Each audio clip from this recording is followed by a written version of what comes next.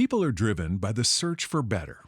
But when it comes to hiring, the best way to search for a candidate isn't to search at all. Don't search, match with Indeed. The hiring process can be slow and overwhelming. Simplify hiring with Indeed. Indeed is your matching and hiring platform. With over 350 million global monthly visitors according to Indeed data, and a matching engine that helps you find quality candidates fast. Ditch the busy work. Use Indeed for scheduling, screening, and messaging so you can connect with candidates faster. Join more than 3.5 million businesses worldwide that use Indeed to hire great talent fast. Listeners of this show will get a $75 sponsored job credit to get your jobs more visibility at Indeed.com/PODKATZ12. That's Indeed.com/PODKATZ12. Terms and conditions apply. You're listening to the Archaeology Podcast Network. Hello out there in Archaeology Podcast land. This is Dr. Alan Garfinkel. I'm the president and founder of the California Rock Art Foundation. And what we do is we identify, evaluate, manage, and conserve rock art both in Alta California and in Baja California. We conduct field trips, we have trainings, exercise, we do research, and in every way possible, we try to preserve, protect, and coordinate treasures of Alta and Baja California rock art, of which there are many and diverse. We also work closely with Native Americans and partner with them to recognize and protect sacred sites. So for more info about the fabulous California Rock Art Foundation, you can go to carockart.org. Also, I'm open to give me a call, 805-312-2261. We would welcome sponsorship or underwriting, helping us to defray the costs of our podcasts, and also membership in California Rock Art Foundation. And of course, donations, since we are a 501c3 nonprofit scientific and educational corporation. God bless everyone out there in podcast land.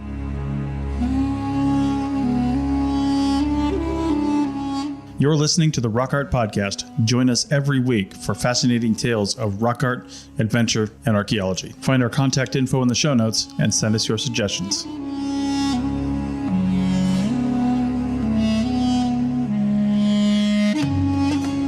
Welcome, everybody, to the Rock Art Podcast. This is episode 128. Can you imagine? We're going to be here with Katie Olsen, who lives in Ridgecrest and has been working closely with me as a research associate, both with the California Rock Art Foundation and also with one of a very important monograph been working on for the last 4 years. Katie, are you there? I'm here. Perfect. So, Katie, the way we kick this off usually is I ask the $1 million question. Tell me about your background and why you might be interested in indigenous heritage, cultural resources and values, and perhaps the study of native art. Yeah, of course. So I was introduced formally to art history in high school. It was something that I really enjoyed. So I kept learning, through college and stuff, taking courses. But my villain origin story really begins the first time I went to Fossil Falls. It's an alien landscape there, the way that the basalt flows were carved by that ancient river, and I just was amazed, and I wanted to know more. And so I read as much as I possibly could about it, but I really didn't have a good direction for, what I was supposed to be researching to learn about this. And that led me to the Rock Art Podcast, which then led me to the California Rock Art Foundation. And it has been a great source for all of these different topics that I've gotten to read about and explore. And it's just been an amazing experience. So it's been an interesting adventure and journey since then.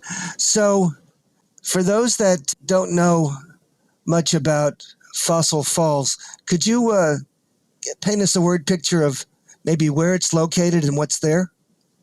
Sure. It is located probably about 20 minutes outside of Ridgecrest. As you're approaching it from the highway, you'll see this, really large red cinder cone that's left over from volcanic activity. And then as you drive up to where the trail starts, you see these basalt flows that they go on for miles. And you walk up the trail a little bit, and once you get there, to the left is an old sort of riverbed that is just littered with obsidian. And then to your right are the falls. And the basalt has been carved in a way to where there's these giant cylinder holes in just all of these different shapes. It's really cool. It's like being on an alien planet. And then the falls lead down into a canyon that's more basalt. And it's just, I didn't realize that I was living so close to this huge resource of, cultural knowledge and resources. It's a really stunning place. And I've been back many, many times. And, each time you go there, you find something new. And it's just a really beautiful place. So Fossil Falls is just north of Little Lake. It's on the eastern skirt of the Sierra Nevadas in Inyo County. It's on the very edge of the southwestern Great Basin. And it's an area that's owned and managed by the Bureau of Land Management. And it's considered to be a tourist stop that people see. It turns out that many years ago, back about 1977, I was given an opportunity to do an internship with the Bureau of Land Management out of Bakersfield when I was a graduate student at UC Davis in Northern California. And so I jumped at the chance, and I lived in Bakersfield. And for about a month's time, or several months actually, I began to assess, inventory, and try to understand what was going on at this place called Fossil Falls. So Fossil Falls is the remnant of a waterfall where the ancient Pleistocene Owens River cut a gorge within the basalt flow of the Coso Range. And what Katie was alluding to was the chutes and channeling of the fast-moving waters of the Owens River as they cut through the basalt and, in essence, developed this Swiss cheese effect of holes and chutes and particular remarkable sculptural elements right there within the channel. Now, besides the geological configuration of that remarkable landscape, this was an amazing magnet for prehistoric Aboriginal activity for a variety of reasons. One is because, of course, during the Pleistocene, there was a river there, and not far away was Little Lake, which is just below it. And so it was a place of tremendous cultural activity for about the last, I would say, 10,000 years. Just north of Fossil Falls is a playa, which existed during the what they call the Western Pluvial Lakes tradition for about 8,000 to 12,000 years ago. It probably had a marsh-like effect and was a modest little lake. And so there was a associated cultural activity there. Besides that, at Fossil Falls itself, there are milling slicks and other activities showing that this was a village site that occupation took place. And as one walks around the channels, the ancient Pleistocene River Channel, it's one continuous archaeological site for this whole area that probably takes in, I don't know, the better part of a square mile, I would say. And there's open-air campsites and milling and rock shelters and every other possible avenue of archaeological sites. Sort of adding to the drama, we're literally only a few miles away from the remarkable obsidian quarries that exist on the base of China Lake, with an endless array, an endless abundance of Coso volcanic glass. So how's that for a story, Katie? It was much more eloquent than I had put it. Well, I've had a long time to think about this. I just looked back on my 1976 monograph they published, which became my master's thesis. And it was rather simple and rather, if you could use the word primitive at the time. I was, kind of a bit of a baby archaeologist by comparison. And I think I was probably overwhelmed by the array of materials they were asking me to try to get a handle on and do something about. They were doing something called a cultural resource management plan, and they wanted me to do one for this area. And they also wanted me to place this area of Fossil Falls on the National Register of Historic Places. This was all part of my assignment. So quite a daunting task for a single individual. Would you agree? Yes, there's so much there. So what's down in the canyon? I have rarely, if ever, even been down inside at the base of that falls. Have you? I have. So me and my friend walked along the side of the waterfall and found a place where we could do a couple of controlled falls into the bottom of the canyon. Mm-hmm. And I walked all the way, probably a mile up one side and then a mile down, and I could not find anything. But that was my very first place there, and I was relatively new to what I was looking for, and I just didn't know where to look. But there have been other times where I have climbed down into the falls itself, and there is a particular, circular chute that goes all the way up. And when you climb inside of it, the walls of it have different images on it. There's a bighorn sheep, there's a snake, there's a couple other things that don't come to mind immediately, but that was the first time that I had found a petroglyph in Fossil Falls specifically. But it's nothing compared to what's down the way in Little Lake. So what you found when you were looking there has been researched by others or alluded to in a PhD dissertation. That's a chute, a swirling hole that runs from both, it's exposed at the bottom and exposed at the top, and has what's called archaeoacoustic properties. So if you're inside that chute, you can sort of get inside with your whole body, and it kind of echoes. It's echophonic.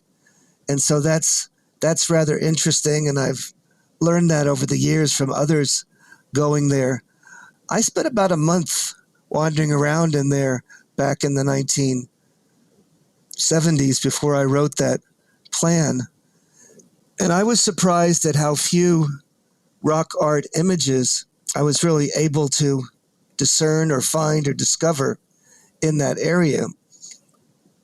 But yet again, the more that I've gone back and the more that people tell me about, I begin to discover some other things.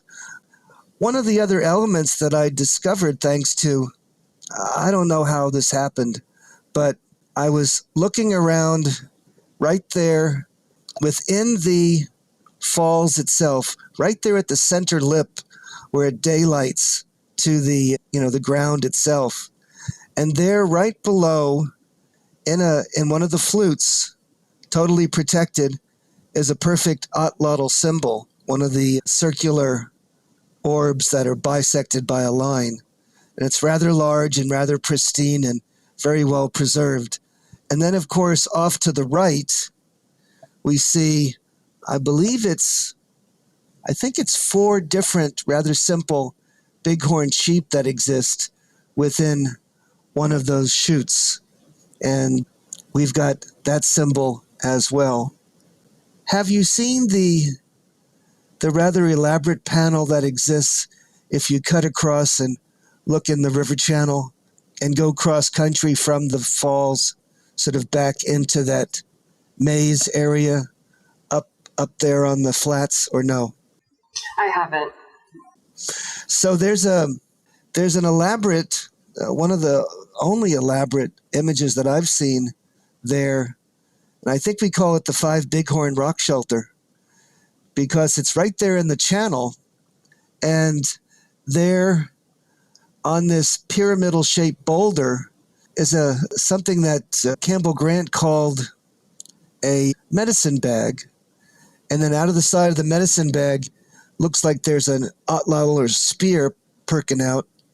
And then there's several bighorn sheep ascending, looking like they're ascending to the sky. And in the back, you can see the Sierra Nevadas, the majestic Sierra Nevadas in the back. And then a couple more of the bighorn sheep below. It's rather impressive. and it's surprisingly ornate. And that's the most elaborate glyph that I've seen in that entire area.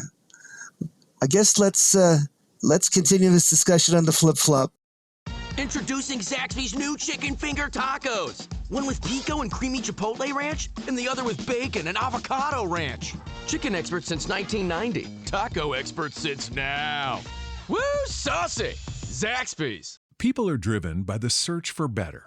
But when it comes to hiring, the best way to search for a candidate isn't to search at all. Don't search, match with Indeed. The hiring process can be slow and overwhelming. Simplify hiring with Indeed. Indeed is your matching and hiring platform. With over 350 million global monthly visitors according to Indeed data, and a matching engine that helps you find quality candidates fast. Ditch the busy work. Use Indeed for scheduling, screening, and messaging so you can connect with candidates faster. Join more than 3.5 million businesses worldwide that use Indeed to hire great talent fast. Listeners of this show will get a $75 sponsored job credit to get your jobs more visibility at Indeed.com/PODKATZ12. That's Indeed.com/PODKATZ12. Terms and conditions apply. Well, welcome back, gang. This is your host, Dr. Alan Garfinkel, and we're here with Katie Olsen, a rock art enthusiast, background in art history, and we're going to talk about her journey with study of rock art and California Rock Art Foundation and the work we're doing together. So, Katie, how does art history interfinger with your interest in kind of Native American heritage and rock art, etc.? What does that provide for you in terms of perspective or perhaps context? I believe that art is sort of, this truly universal experience. There are infinite expressions and mediums, but we see these repeating images, across the globe. One of the most prolific being the human form. And I just find it fascinating how throughout art history, we can find context clues about what these ancient people were trying to convey in these rock art images. Yeah, can you give me an example maybe of one of those images that you feel sort of is transcultural and goes across time, or gives you some sort of an insight into the significance, meaning, or symbolism of some sort of an image? Yes. So the earliest rock art in Europe is an engraving of a vulva. It's 37,000 years old. And the vulva, the female genitals, or the female in general, it seems to be something that is repeated, everywhere. And I just find it fascinating that even though, these cultures are separated by continents and time, that, we keep bringing up these same subjects about the human form and about the female form too. So why was the female form such a dominant expression? Why was it such a mnemonic, a sort of memory device? Or what are they trying to communicate by sort of fashioning some images of the female form or female genitals? Does it have to do with fertility? Does it have to do with longevity or revitalization or life and energy? What do you think it has to do with? Just intuition, just kind of asking you out of your gut what you think that was trying to tell us. I think they were trying to convey the regenerative capabilities of women and their ability to give birth and bring new life into the world was paramount to their survival. You need children to help take care of you when you're older, or to help you hunt and take care of your family. And there seems to be a cosmology focused on that cycle that begins and is centered around women's capability to make new life. And I think you're bang on with that. I think that you see that extensively in the rock art that's in Eastern California. And our work has been associated with kind of beginning to deal with that particular issue, hasn't it? Yeah. We're sort of reevaluating the sexual classifications of the Coso anthropomorphs, being able to look at them in a new sort of, way. With new eyes. Yeah, it's a new chapter for rock art theory. Why do you think that perhaps some of our former colleagues and researchers, when they were examining Coso rock art beginning in 1968, I would say, or even earlier, may not have seen or recognized the significance of the feminine form amongst these animal-human figures? I think it had a lot to do with the fact that these archaeologists were predominantly male.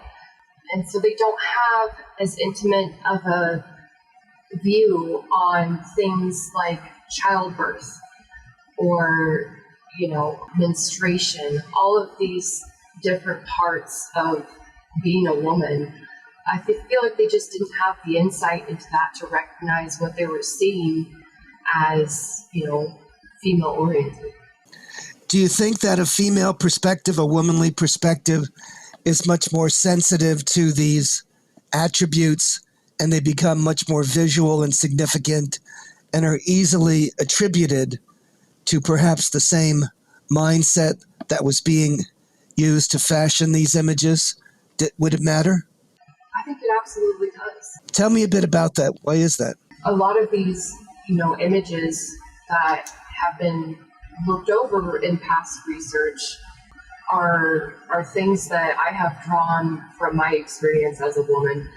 For example, there's quite a few anthropomorphs that have these 3 lines of where the genitals would be, and It's obvious to you what those mean, correct? yes. So What do you think those imply? Because when I've looked in the literature, I just don't see the denotation, the connotation, the identification of that kind of symbology as an association of the feminine form. I have 2 children. The way that they determine sex in an ultrasound for a girl is they look for these 3 lines.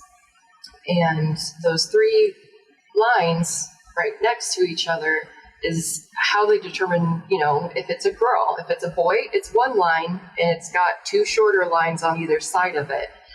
I think this is a visual shorthand for the female genitals. In a lot of cases, when it's just the lines, it's the negative space is being utilized to, show that there's something there. What's amazing is using exactly the same vernacular, the same linguistic clues, the words that I've used in my research when I'm talking about these attributes on rock art. Visual shorthand. And that is certainly what others have found who are really insiders who have delved into the mysteries of indigenous cosmology, of Native American thought and religious precepts, and the cognitive map of the universe, the world view of Native people. That is not such an easy thing to pierce. Do you agree? Yeah, past research has, just taken such a different stance around these images, but I've just been really fortunate to be a part of that conversation with you, and it's the connotations for this is just so far spread, and we're just barely touching the surface of it. It's fascinating. So what the previous literature told us was that these both decorated and solid-bodied animal human figures were exclusively male, were men and not women. And it became clear to me and to a woman who completed her dissertation on this subject within the Cosos that appeared to be incorrect, that as we look closer and closer at these images and examine them in fine detail with a much larger inventory, that something different was going on. I think what really was revolutionary was when Caroline Maddock published her book on Coso pattern-bodied anthropomorphs and sketched 450 individual sketches of these figures all throughout the Cosos. And she was a little tongue-in-cheek. And she wasn't explicit. She was rather tongue-in-cheek and rather, how would you put this, implying. She said, well, my study is on the feminine basis for these Coso pattern-bodied anthropomorphs, which was in some ways shocking, isn't it? Yeah, she kind of opened up this space for us to re-explore, these themes in the Coso rock art pertaining to women. And there's just so much there that I see now and think, how did somebody look at this and not see, someone giving birth or see the feminine behind these different pieces of art? What do you see as the strongest trend or the strongest visual clue that these are feminine? Outside of, first and foremost is just the genitals, the female genitals, the explicit female genitals.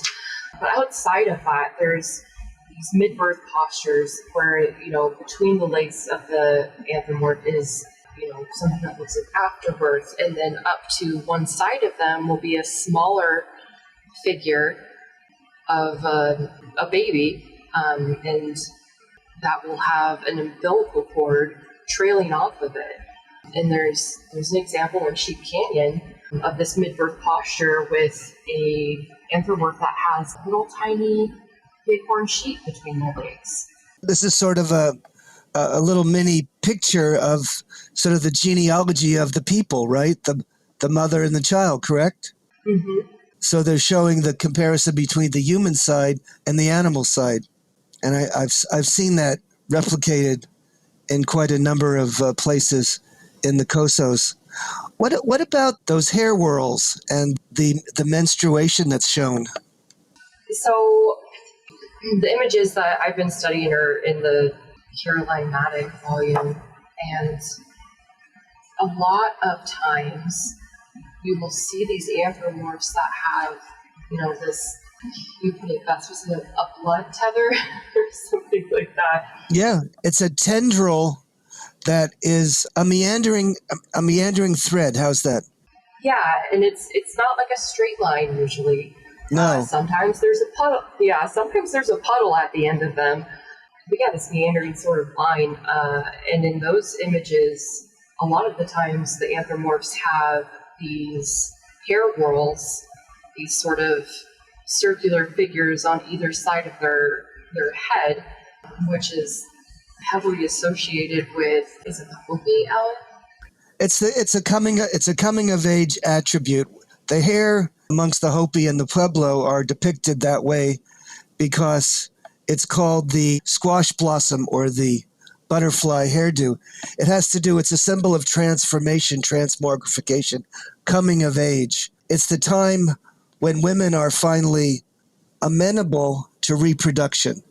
It's an opening up of sort of the life form. It's a benchmark in their lives where they become women and transforming their lives and wearing this hairdo. It's a double bun on the right and left side. And one of the things I learned, which shocked me, I didn't know that, was that one of the things they're trying to show is what's called a quinsunk. And that's a 5-in-1 kind of a cross. The face is the center, and the four modules are the four other sides of the cross. It's like a human encircled cross, which has the meaning of resurrection and transformation. It has the meaning of a connection with the tether of the divine, the creator in the center of that cross. Does that make any sense to you? Absolutely, yeah. And that's the quinsuk. Is that how you pronounce it? Yeah, quinsunk, yes. The quinsuk, Yeah. It's one of those images that you also see repeated, over and over again in different cultures in different places. There seems to be a lot of widespread meaning associated with that image. And that symbol, of course. Let's take a break here. See you on the Flip Flop Gang, and we'll conclude with the third segment. Introducing Zaxby's new chicken finger tacos. One with pico and creamy chipotle ranch, and the other with bacon and avocado ranch. Chicken expert since 1990. Taco expert since now. Woo, saucy! Zaxby's. Chicken tacos should only be trusted to chicken professionals. That's where we come in. Introducing Zaxby's new chicken finger tacos. One comes with pico de gallo and creamy chipotle ranch. And the other comes with bacon, lettuce, tomato, and avocado ranch. Chicken expert since 1990. Chicken taco expert since now. Order yours today in the Zax Rewards app. Woo, saucy! Zaxby's. Introducing Zaxby's new chicken finger tacos. One with pico and creamy chipotle ranch, and the other with bacon and avocado ranch. Chicken expert since 1990. Taco expert since now.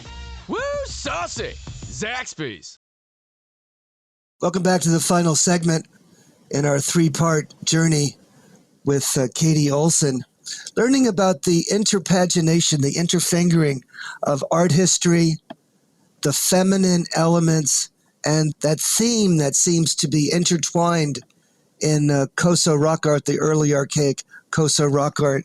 Katie, I know this is pushing the envelope a little bit, but it seems to me that these figures are perhaps less shamanistic and more perhaps supramundane beings, goddesses of sort of protection and survival and love and courage and all of that and much more. Do you get that flavor, or is this a misreading of the rock art record? No, I definitely agree. These images appear to be like a visual prayer, an expression of the, reverence and importance of the, female aspect of the life cycle and their cosmology. And why would they choose a feminine being to do that? Well, because they're a mother. Yes, because they're a mother. Sorry, they're a mother because Yes. because sometimes it's easier to go to mom than to dad, right? Right. And, just in the regenerative capabilities and how that ties to their cosmology and the animal master that, brings forth the animals from the essential animal underworld and starts life anew.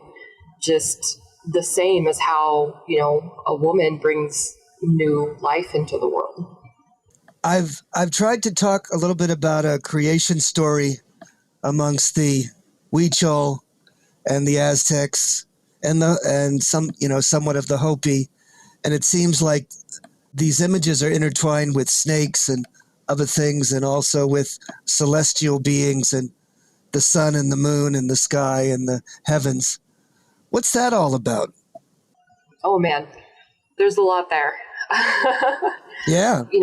Not every, lunar deity that you come across is female, but, females are highly associated with lunar deities, especially considering that their menstrual cycle, it's the same as the cycles of the moon. And you see a lot of representation of that in these anthropomorphs. There's these bodies that are filled with these dots. And as you count up the dots, you realize that it's essentially a menstrual calendar. And, the fact that they put so much effort into making this art, and so many of these pieces of art that express that sort of lunar calendar, to me, it seems like they, had a very deep connection with this cycle of, a woman's life and its association to birth, death, and all of that. And the ability to reproduce. One of the things I had not done before, I was like the first to sort of, it gives me the tingles, the Coso glow to think back to this. The thing that was the key in the lock that allowed me to begin to understand Coso rock art was my 4-year odyssey in doing the book on the Handbook of the Kawayasu, because they forced me to read the sacred narratives, the mythology. And as I read again and again and again about the animal master, animal mistress, I began to understand some analogies, some connectivities between what the Coso ancestral imagery could mean. One of the things that was that connection was they kept talking about quail. Quail and quail and quail, that this particular deity, this supramundane being, wore a quail shawl or a quail skirt. And in the analogous, they would open up a bag, and he was the father or the mother of an infinite amount of quail. And I kept going, why quail? Why quail? Why quail? Well, what it turns out was sort of quail is sort of it's a metaphor, isn't it, for tremendous reproductive fertility, and the number of babies that they produce is unbelievable.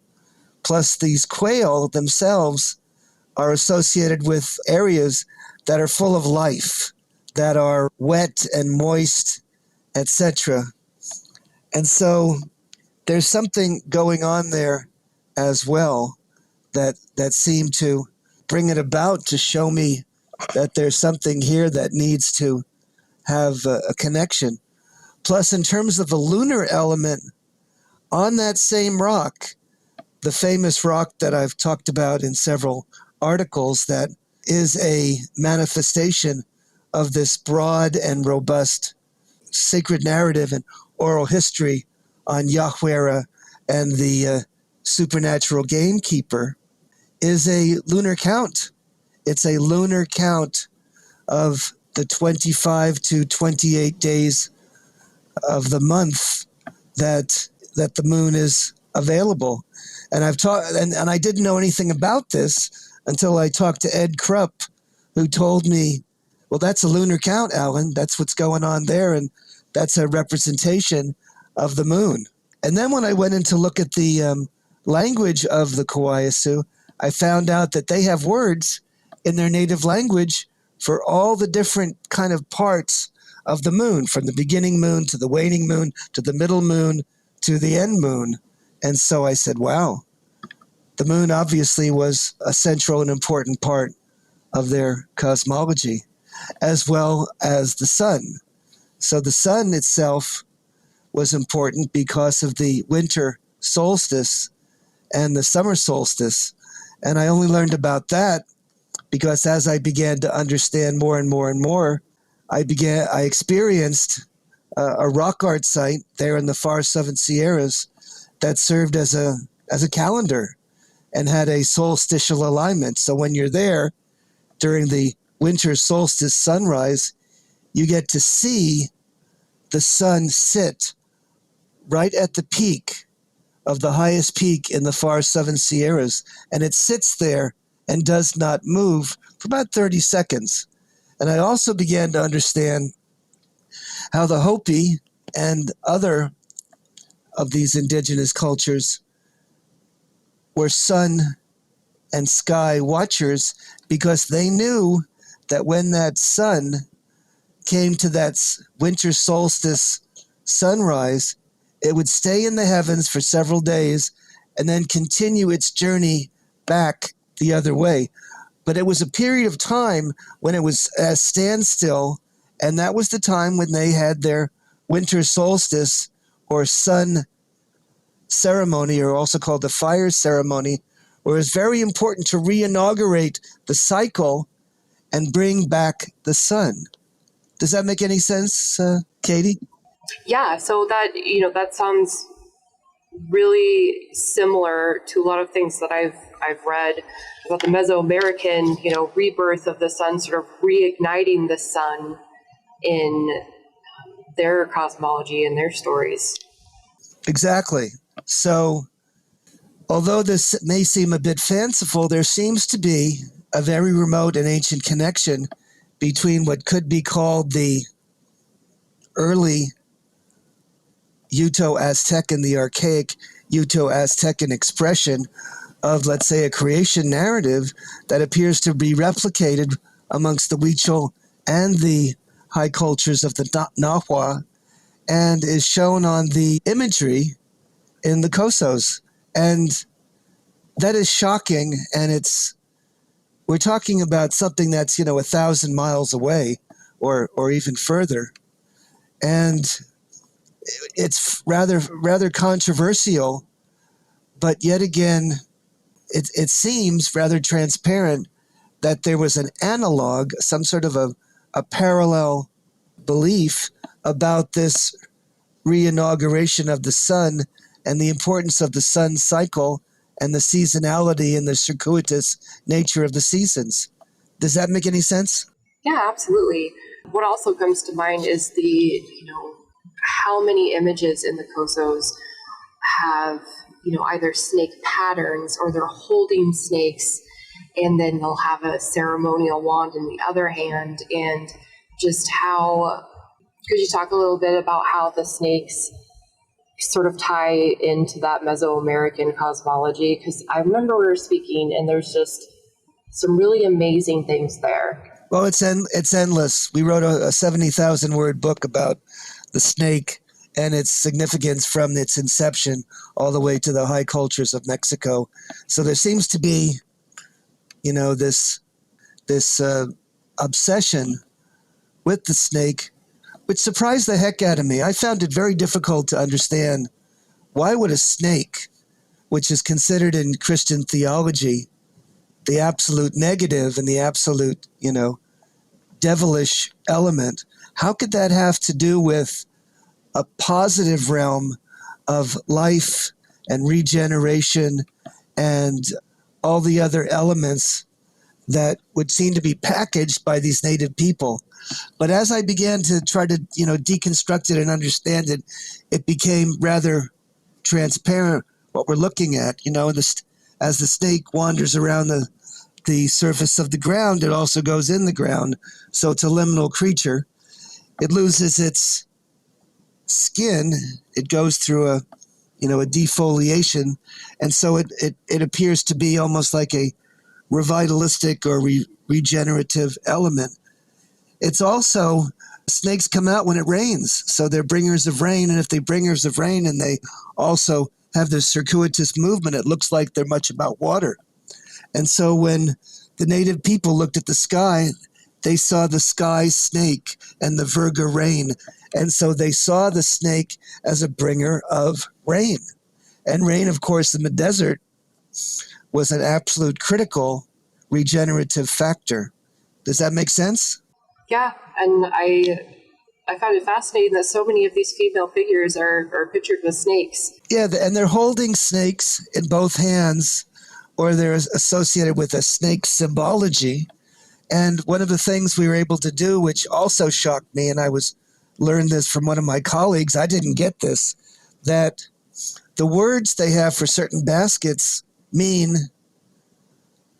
rattlesnake and gopher snake.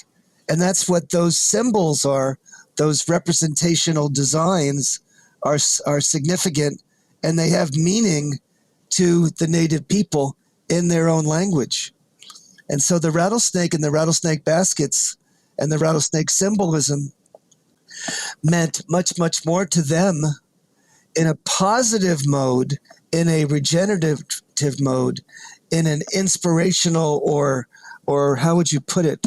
Almost a resurrection or a rebirth mode, a transformational mode than what we might think of. So it had a very strong positive, but also the negative mode, because it's a killer. It's an animal that can kill you if it bites you and can kill you dead. And this binary opposition between life and death is something that's also very characteristic of the Uto-Aztecan realm of thought.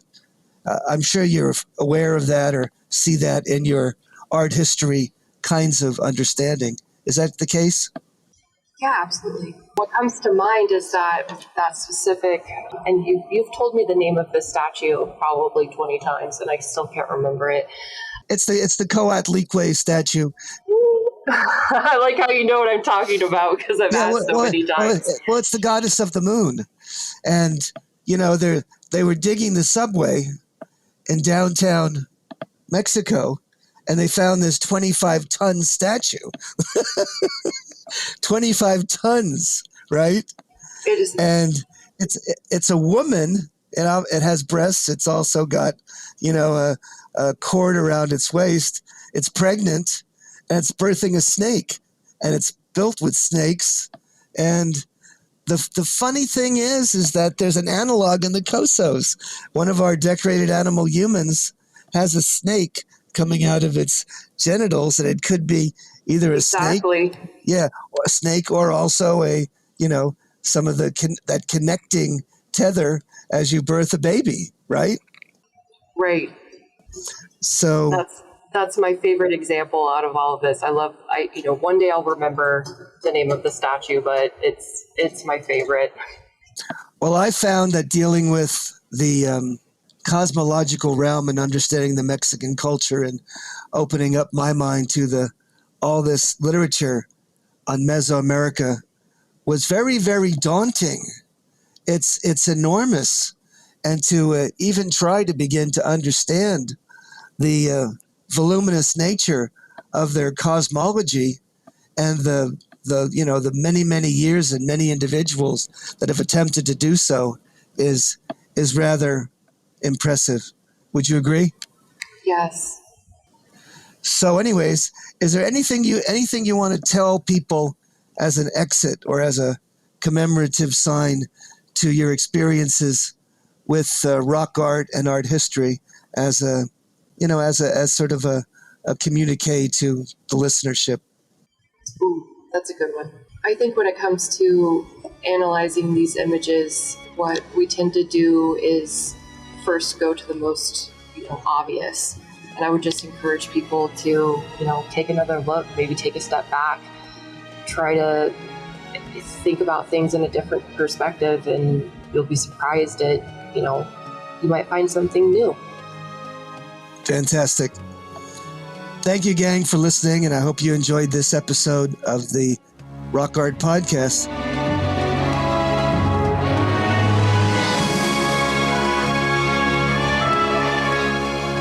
Thanks for listening to the Rock Art Podcast with Dr. Alan Garfinkel and Chris Webster. Find show notes and contact information at www.arcpodnet.com/rockart. Thanks for listening, and thanks for sharing this podcast with your family and friends.